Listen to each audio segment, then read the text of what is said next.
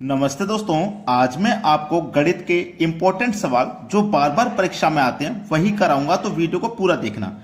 चलिए स्टार्ट करते हैं। पहला सवाल, एक व्यापारी त्रुटिपूर्ण तराजू से सामग्री खरीदने में 20% तथा बेचने में 10% की बेईमानी करता है।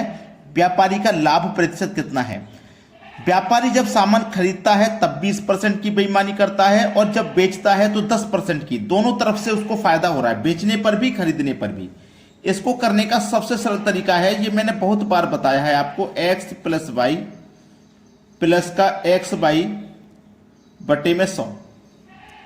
पहले वाली वैल्यू x, बाद वाली वैल्यू y। दोनों तरफ से फायदा है तो दोनों ही x और y प्लस के रहेंगे।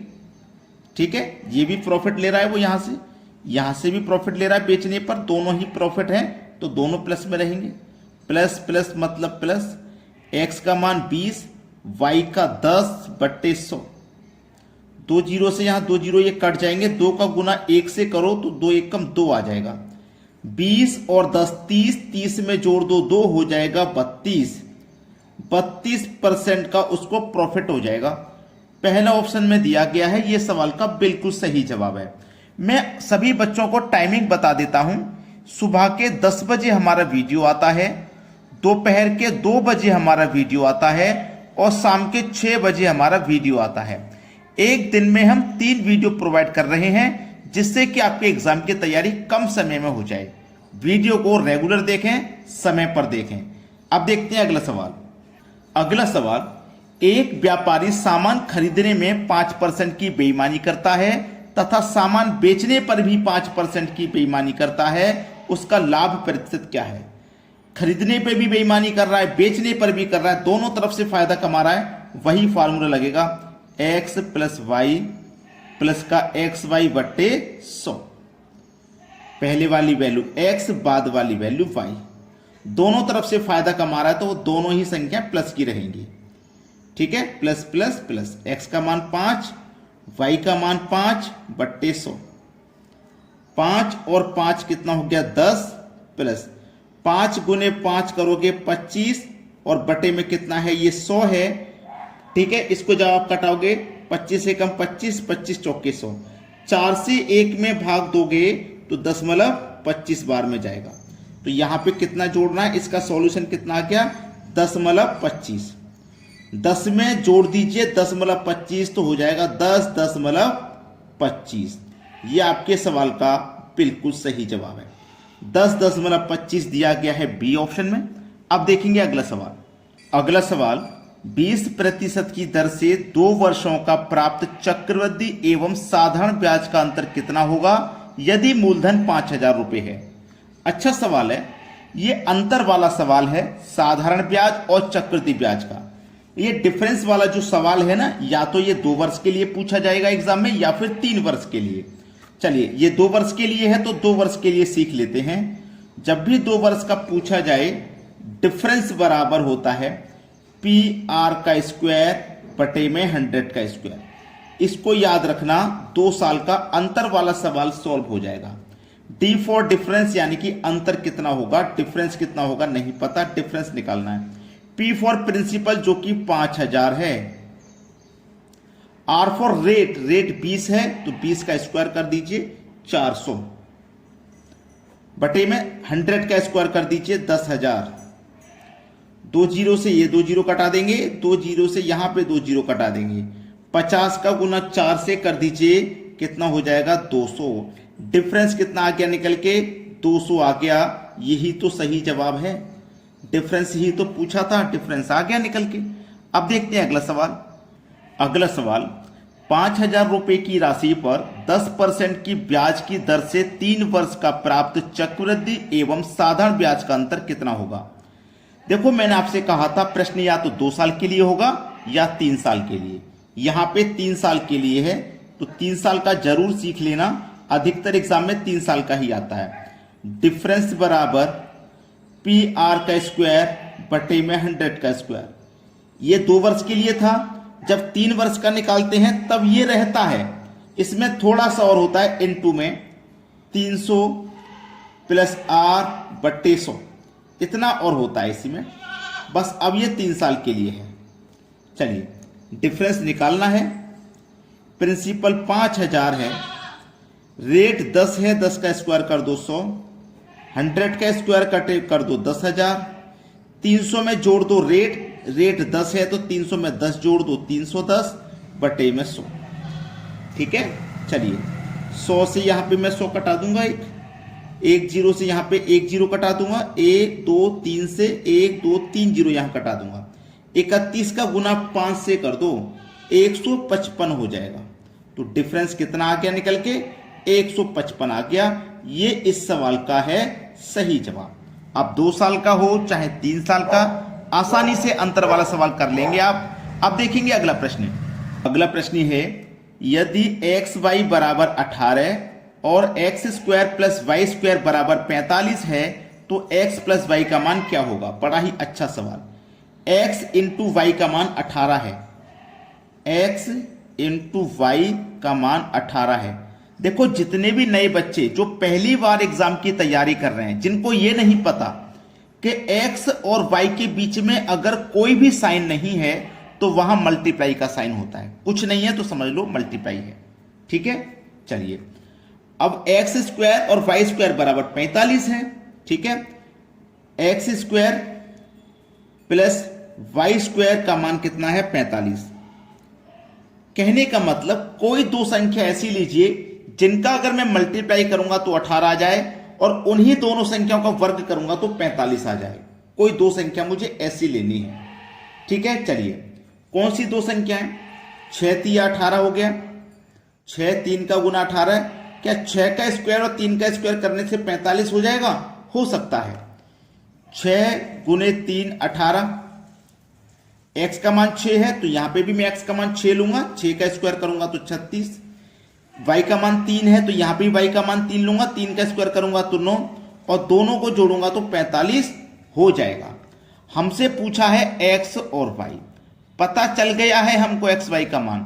एक्स का मान 6 प्लस वाई का मान 3, एक्स और वाई कितना हो जाएगा, एक्स प्लस वाई हो जाएगा 9।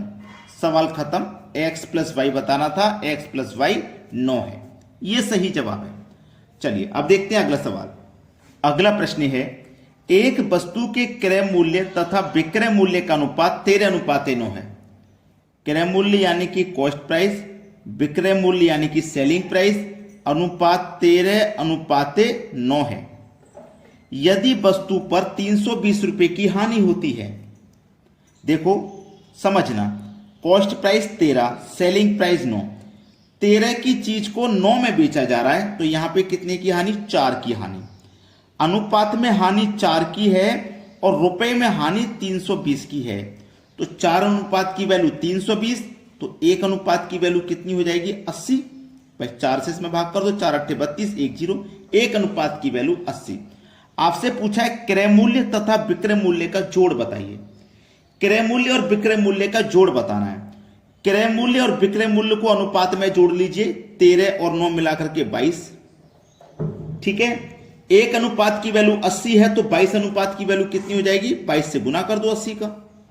1 अनुपात की 80 तो 22 की कितनी, 22 से गुना कर दो, 0 लास्ट में आ जाएगा। 8 दूनी 16 का 6, हासिल लगा 1, 8 दूनी 16, हासिल का 1 17, 1760 दिया गया है डी ऑप्शन में। यह सवाल का बिल्कुल सही जवाब है। अब देखते हैं अगला प्रश्न। अगला सवाल है, यदि किसी टैंक का 1/3 भाग भरे होने पर उसमें 240 लीटर पानी आ जाता है। कोई एक टैंक है, ठीक है, कोई एक टैंक है, अगर वो 1/3 भरा हुआ है तो इस एक में से मैं भरा हुआ माइनस कर दूंगा, माइनस कर दो भरा हुआ, जो बचेगा वो खाली होगा। 3 1 कम 3, 3 में से गया 2/3, तो जो खाली है ना वो 2/3 है, 2/3 है खाली। अब उसने बोला है अगर इतना भरा हुआ है तो उसमें 240 लीटर पानी और आ जाएगा। ठीक है, अनुपात में कितना आ जाएगा, 2/3, और यहां संख्या में आ जाएगा 240 लीटर, तो ये 240 लीटर के बराबर हो गया। ठीक है, 240 लीटर के बराबर हो गया। 2 से कटा दो इसको, ये 120 बार में कटेगा, 3 का गुना 120 से कर दो तो हो गया 360। इसका मतलब जो टैंक है ना उसकी टोटल क्षमता है 360 पानी की, 360 लीटर पानी की टोटल क्षमता। लेकिन उसने बोला है आधा भरे होने पर उसमें कितना पानी होगा, आधा, तो 360 टोटल क्षमता है, आधा पूछा है, आधा कर दो, आधा हो जाएगा 180। आधा भरे होने पर 180 लीटर पानी आएगा, ये सवाल का सही जवाब है। चलिए अब देखते हैं अगला सवाल। अगला सवाल है 60 आदमी 14 दिन में 280 किलो चावल खाते हैं तो 30 आदमी कितने दिन में 120 किलो चावल खा लेंगे। बहुत अच्छा सवाल। टाइम एंड वर्क के प्रश्न पे आधारित है ये, और टाइम एंड वर्क का एक फॉर्मूला होता है M1 D1 T1 पूरे का बटा W1, M2 D2 T2 पूरे का बटा W2। इसमें से जो वैल्यू दी जाती है हम वही ले लेते हैं। M की वैल्यू 60 आदमी है, 60 ले लो। D फॉर दिन, कितने दिन है, 14 दिन। T फॉर टाइम, टाइम नहीं दिया गया, जैसे कि 2 घंटे प्रतिदिन काम कर रहा है या 6 घंटे प्रतिदिन काम कर रहा है, टाइम की वैल्यू नहीं दी गई है, उसे नहीं लेंगे। वर्क, वर्क कितना है, 280 किलो चावल खाने का, बराबर बाद में कितने व्यक्ति हैं, 30। कितने दिन में खा लेंगे, D2 की वैल्यू पूछा है, वर्क दिया गया है 120 किलो चावल खाने का। यही है सही जवाब। यह सवाल को करने का बिल्कुल सटीक तरीका है। बस कटा लीजिए इसको। चलिए इसको हम कटाते हैं, तो देखिएगा ये कट जाएगा। सबसे पहले तो आप कटा लीजिए 0 से 0, कट गया ना, 0 से 0 कट गया। चलिए 14 कम 14, 14 दूनी 28 कट गया, कट गया ना। चलिए 3 कम 3, 3 चौको 12, 2 से 4 कट जाएगा 2 बार में, और 2 का गुना 6 से हो जाएगा, तो 2 छिक्के 12, और इधर बचा D2। सवाल खत्म भाई। D2 की वैल्यू कितना, 12 दिन, जो कि हमारे बी ऑप्शन में दिया गया है। चलिए अब देखते हैं अगला प्रश्न। अगला सवाल, एक छात्र को परीक्षा में पास होने के लिए 40% अंक लेने थे, उसने 178 अंक प्राप्त किए और 22 अंकों से फेल हो गया, तो कुल पूर्णांक कितने थे।